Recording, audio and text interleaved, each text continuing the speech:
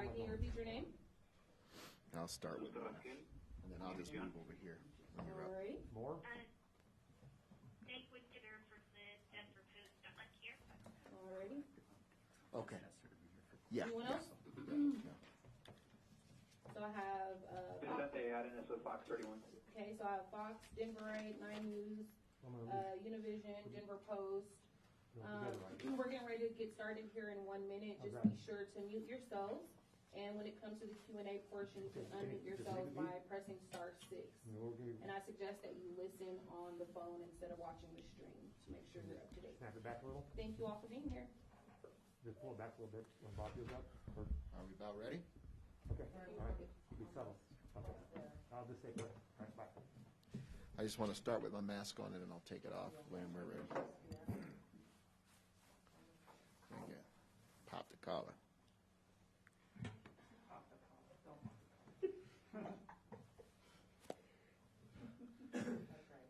Tell me when you're ready. Almost there. See how this thing just fogs up? Okay, go ahead.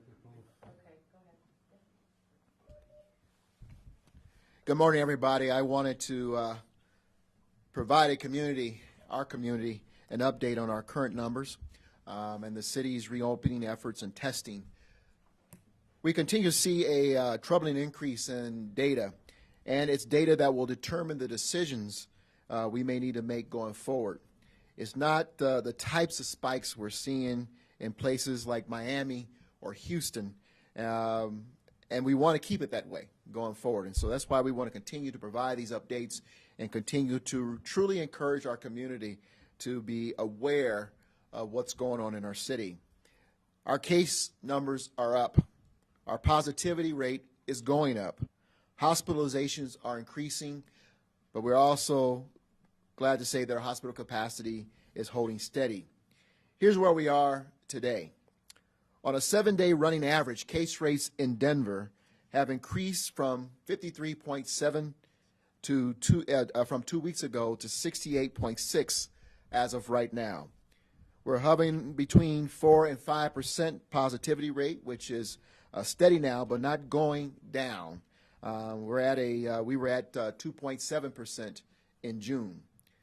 We're also beginning to see a slight uptick in the 7-day average number of hospital beds filled. We had 87 people hospitalized with COVID in the metro area in June. Today, it's 140. And the 7-day rolling average of ICU beds capacity is at 79%. The reality is that we cannot let our guard down, even a little bit right now. I know everyone is anxious to get some semblance of normalcy back, but if we move too fast with these changes and reinstitution of our economy and start to slip on things that were successful for us in keeping this virus under control, we're going to see exactly what we're seeing now. So we're not going to let that happen. We simply can't let that happen. So we recognize that Denver isn't an island. We can take actions to protect our residents and the people who work or visit our city, but we're also vulnerable to the behavior of neighboring communities. We are part of a greater metro region. And so we want to thank our team and collaborative relationships. We want to thank Tri-County Health and Jefferson County for doing their part to helping us all stay aligned with the orders, particularly the mandated mask order. To those public health departments, local governments, city and counties outside of Denver's that haven't implemented a face covering order, we're all calling on you to implement one. By doing so, you will send a strong public message that protects the lives of your residents and others. We will continue to do our best to pursue what keeps our residents, workers, and residents safe. So here's the record that we hear every time I speak. Wear your mask wear your face covering when you're out in public. Hashtag mask up. Hashtag cover up. Do not, for everyone's sake, get together in large groups. Maintain physical distancing. Hashtag keep it small. You're still safer at home, so please try to stay at home as much as possible. And if you're a business not covered by an order yet, you know you can and should require one while inside your business. This recent spike that we're seeing is extremely concerning. But we're in a place where if we stay focused, we can reverse the trend. We're going to take preventative steps now and hopefully to help level off the spike. So we have an announcement this morning. I have informed the governor that for the time being, we're hitting the pause button on our public health order variance requests to the state.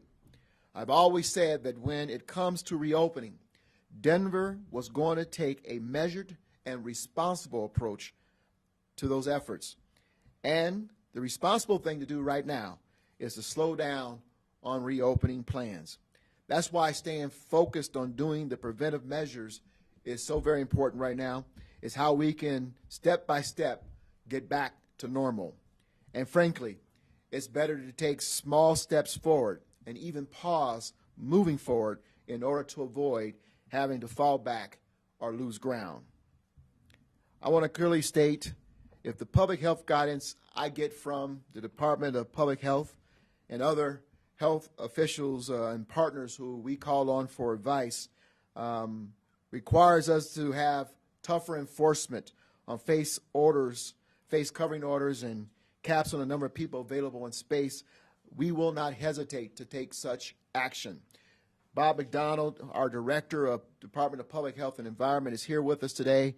And I've asked Bob McDonald and Kristen Bronson to prepare for the eventuality that we have to, one, get tougher in our enforcement, but also if we have to begin to roll back some of our efforts. I will also tell you that DDPHE will be aligning resources to devote more staff to compliance with the face covering efforts. So we are already in the process of stepping up our visibility and our enforcement throughout the city. They will also be proactively visiting businesses and other various venues where coverings are mandated. We will be taking enforcement actions where noncompliance is prevalent. Next, I also want to give an update to our community on the testing site at the Pepsi Center. Over 50,000 tests have been done there since the site opened. That is huge news. It's been a phenomenal asset for all of us and a great example of the type of mass testing we need more of, not just here in Denver, but across the state of Colorado and across the nation. The level of testing we've been able to stand up over at the Pepsi Center has been a critical part of the statewide effort around testing. So we are going to be working to keep the Pepsi Center site ongoing for at least until the end of the month. It has some advantages for many communities as well, and we want to make sure that we keep everyone up to date on any changes that might be coming. But I also want to share with you, in addition to trying to keep the Pepsi Center open till the end of the month, we have partnered with the Denver Public Health to set up 7 community-based test days through the end of the month, one of which is taking place today at Church of All Saints on South Federal. And you're going to begin to see this flyer come across digitally and throughout the community, sharing the dates and locations where these community test sites will be occurring. We will continue our mobile testing efforts for those who cannot leave their homes. And again, mobile winning that Bob can talk about will come and make sure that folks who need testing and cannot leave their homes will get testing. Now, you may have seen members of the mayor's office recently organizing community food deliveries coordinated with testing, and we'll be doing more of that where we can identify a need. Finally, I want to thank members of the media and journalists who are keeping up with these announcements and keeping the public informed in an accurate way. In addition to face coverings, hand washing, and social distancing, another critical tool in fighting against COVID, of course, is public awareness, public information, and public knowledge. And you help us to do that. And so we thank you for being here. We thank you for covering the governor's statements. We thank you for being here to cover our statements and to help us to share information on how we can keep everyone safe. You play an important role in our efforts. With that, we'll take questions. Hi, Mayor Hancock, this is Esteban. Hello, Mayor, this is Denver. I just wanted to ask, can you provide more details what you mean by changing the city's health variance with the state? What does that mean exactly? Well, we submit, the process is that when there is a request for a health variance review, and Bob, you can check me if I make a boo-boo here, the city has to rate that request for the state. So we do our preliminary review of the application, do our public health assessment, and Bob and his team guide us and the city attorney's office in changes that need to be made, modified to the variance, and then we submit it to the state for approval if it gets to that point where we agree that we can move this variance request forward. And what I'm simply saying is that we're going to put a pause on that. We're not going to be advancing any variances that are coming to the city at this time to the state until we get a better handle on the spike that we are seeing. You want to add anything to that, Bob? I think you got it, Mayor. Okay. Can you just provide an example of a variance? I'm a little confused by the term. Okay, so the state has a process in which municipalities can submit a variance request varying from the governor's public health orders. But all of those variance requests from various industries have to go through the local public health department. So my department works very closely with the mayor's staff and other partners, certainly city attorney's office, to evaluate those variance requests. And so it has to be supported locally by us first before we'll advance it to the state for consideration. Can you give them one example? Yes, I can. So we've submitted a variance request to allow for the hospitality industry to have more people in their settings, to include expanding into outdoor settings. And we've requested a variance to have a higher allowance at the Denver Zoo, at the Botanic Gardens. Those are examples of variances. But to the mayor's point now, the whole idea here with managing this virus is to balance, our COVID-19 response with the serious economic impacts of this. So we've been very thoughtful with what we've moved forward. But again, we need to hit the pause button to see how the virus responds now to the most recent variance requests and other efforts that we're going to put in place. Thank you, Bob. Vicente, this is Vicente with Fox 31. Does that mean that the city now will take direct guidance from the state, and you guys, the city of Denver, will do what the state says without varying from those recommendations? Is that what this means, hitting the pause button? No, Vicente, basically what it says, as Bob laid out, as I as well laid out the process, many of those initial requests come to our public health department here first. We're the agent that has to submit them to the state. And so we are saying we're going to put a pause on submitting any additional requests to the state. The state does continue to confer with us on a regular basis when there are certain orders they may be moving toward that maybe didn't originate here but are going to be statewide, and we'll continue to give some input and insight into those. But we are in regular consultation with the state public health department as well as with the governor.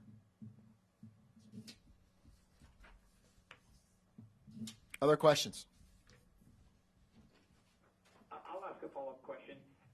So many variances have been granted, such as places like the zoo and the Botanic Gardens. Will those places continue to be allowed to operate at their current levels, or will they be rolled back in any way? They will be allowed to continue under the provisions of the variance that they were granted for the time being. We have established provisions or criteria for rescinding or reversing variance requests, but we're not there yet. Again, cases are going up, positivity rates going up, but those are just a couple of indicators. We don't need to hit the panic button yet, but we do need to be diligent, wear face coverings, and slow down the number of variances, or pause on the number of variances that are submitted. But the short answer is they continue to operate unless things continue to trend in the way that they are.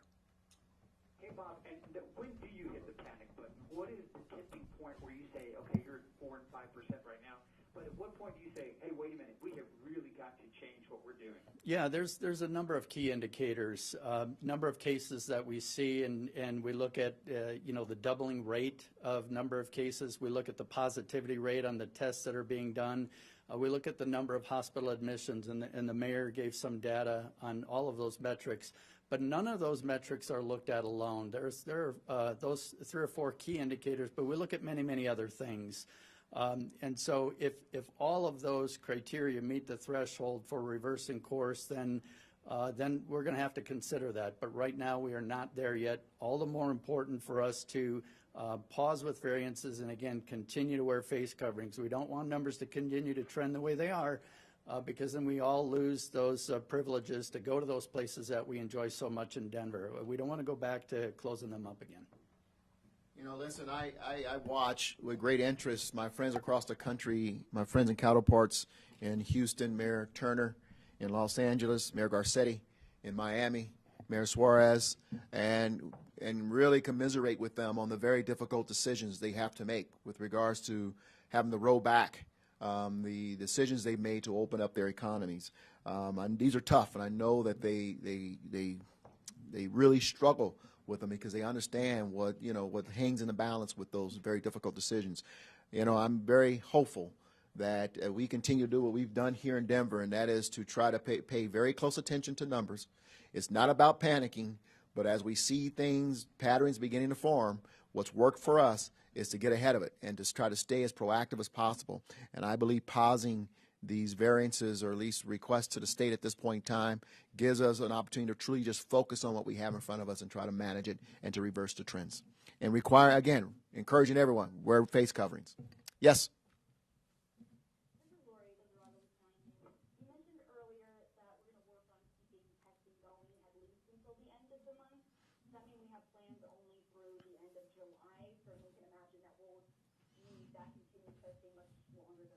No, our plan is to continue to do testing. I want to remind you that today we talked about the Pepsi Center. We have it set up till the end of the month. We are continuing our conversation with the state. The goal is to continue the Pepsi Center beyond the end of the month, but until we have that agreement, because it's a pretty an expensive proposition, we cannot talk more beyond the end of the month. So it's set for till the end of the month. We are hopeful that an arrangement will be set to continue it on beyond that. But also, you heard me talk about the process throughout the communities where we're going to have smaller testing sites. That is something that we are committed to, and we have them set up through right now through the end of the month as well, but we're continuing to look for opportunities beyond that. And then, of course, mobile winning, wellness winning, I should say, will continue the process of mobile testing.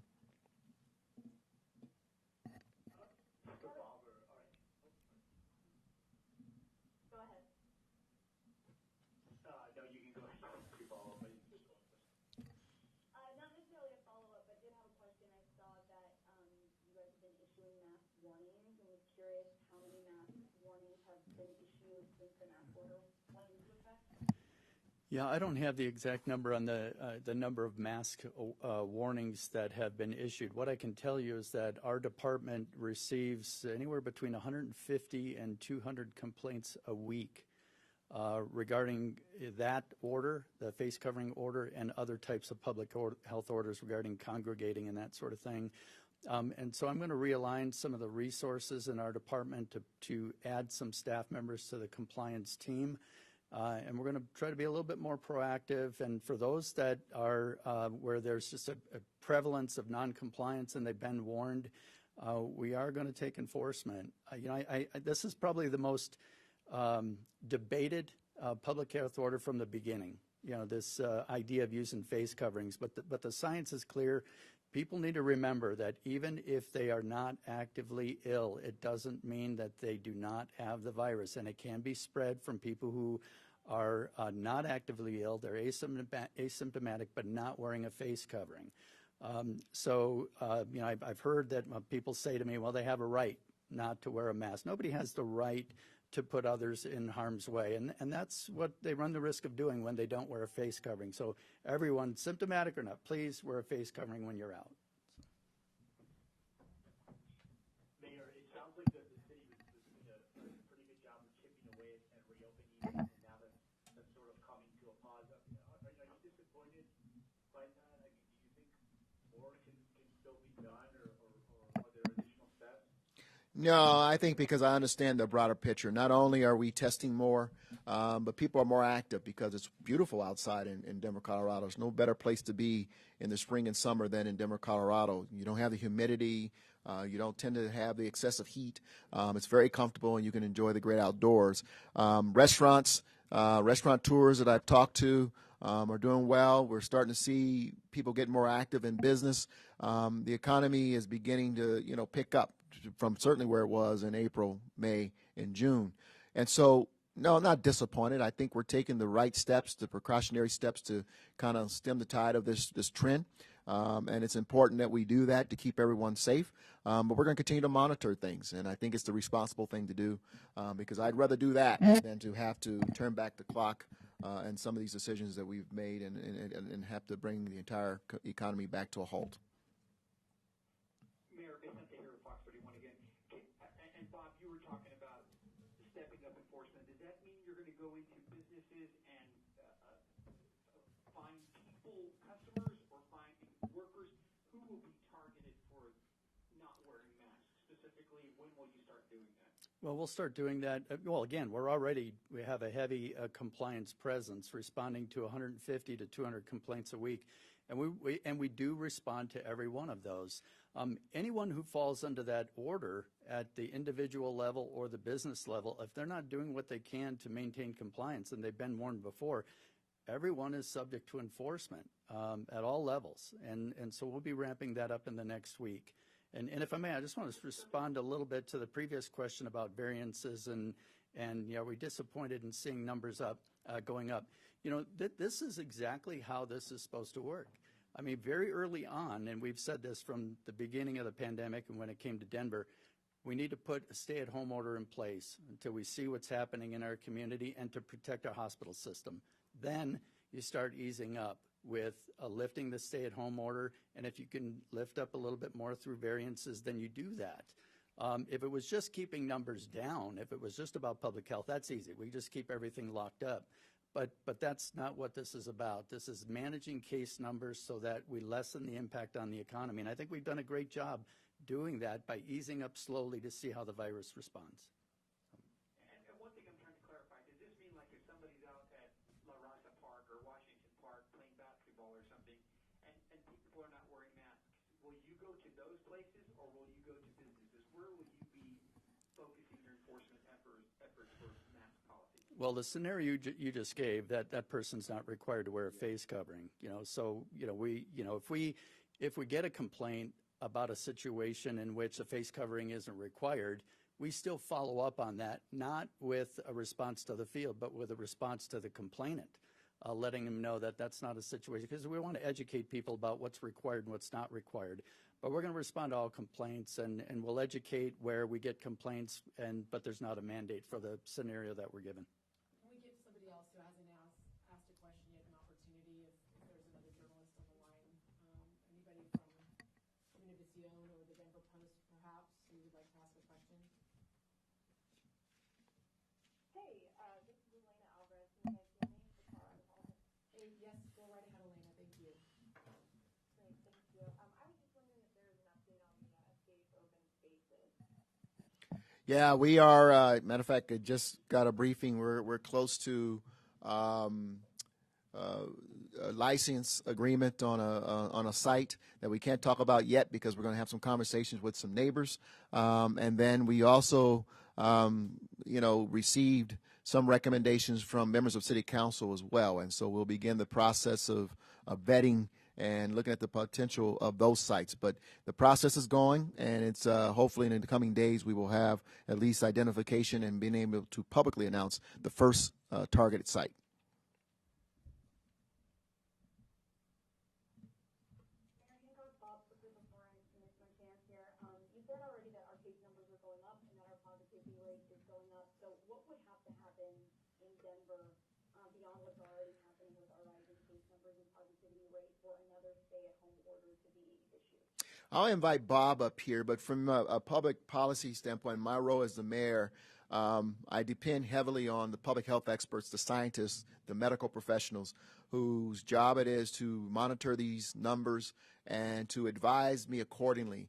Of course, we're looking at a whole body of data, several metrics that are important to this, and Bob talked about that. Positivity rate, obviously, testing rate and positivity rate from that, hospitalizations, You know, I think the number of beds available or capacity of beds, ICU beds, very important. What kind of capacity we have across our hospitals.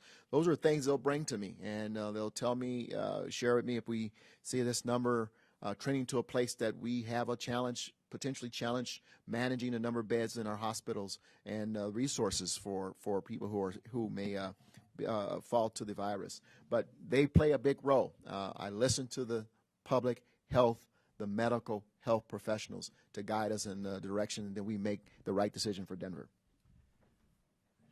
Thank you for the question. You know, certainly the short answer is all of those metrics that the mayor and I have discussed, that they're through the roof. You know, we've met all the metrics in terms of snapping back. We've doubled case rates within a couple of weeks. Positivity rate has gone way up. Probably the most important factor, the criteria in all of this, is the hospital systems, our medical partners, can they keep up? And one of the things that we're not seeing now that we saw very early on is the demographics in terms of who's being impacted. We're seeing a much younger crowd now. That's where cases are ticking up quite a bit versus the early days when it was more in long-term care facilities, elderly population, and immune-compromised people. And that's why cases are going up, but hospitalizations and ICU capacity is not diminished much because, you know, younger people can stay at home and fight the virus off just through taking care of themselves. So, you know, all of those things would have to go up, and we'd have to get to the point where we just can't manage it anymore with the tools that we have. And I can't say when that would be. I hope that we don't get there. I'm confident we won't. Let me just address one demographic, because I think I know everyone. We talk about this a lot in the media and privately. You know, when we were all in our late teens, early 20s, and even in our 30s, we feel like we're invincible. We have our full lives ahead of us. Nothing can really harm us. The things that really, you know, impact older adults won't impact me. I'm still young, strong, healthy. Young adults, we ask you to be mindful. And I know that we need to hit this on every potential medium out there in terms of social media, television. We need to really encourage them to be mindful. I mean, we see it when we're out and about. We see young folks who are reluctant, don't feel like they need to wear a mask, to take the precautions around social distancing. But the reality is that you do, and because you are contracting the virus, and you can also fall critically ill to this virus. But you can also spread it. You can spread it to people in your life who you care a great deal about, whether it's your parents or your grandparents, who are less able to fight off or to deal effectively with the virus. And so we ask you to be mindful and think beyond just yourselves. This is not just about you. It's about all of us. And it's about those people who you care about, who we all care about, that we need to protect as well. Last question. I just wanted to add, here in Hancock, and with the tech center, is there a timeline on when the city will have a deal in place with the state or whoever's helping keep that in place? Are you hoping to have it by the end of this week, next week? What's the plan? No, we're working on it. I mean, we're not that far from an agreement, an arrangement to keep it going. You know, what we know is that we have a lot of folks from around the region who are also being tested at the site. The city of Denver's carried the testing site, and again, it's a pretty expensive site to manage, but important. And we want to not only keep it going, but potentially expand the ability to test more people at the site at a given time. So a lot's being worked out. We have until the end of the month to strike an arrangement, not only with the state, but with surrounding partners who want to continue to have their people tested on a regular basis. People are working around the clock to get that done, and I'm hopeful that it will get done. I don't need a timeline except for July 31st, where we have to make a decision on whether we keep it going without an agreement, but I think we'll get there. Thanks so much, everybody. Appreciate it. Thank you. Thanks, Bob. Always an honor. Appreciate it. Gotcha. I just wanted, I know Alan talked to you about some of the changes I want to make in DDH. Yes, So, yes. yeah, I appreciate your support. No. One thing, if this has showed us anything, is we've got to strengthen that PH around you.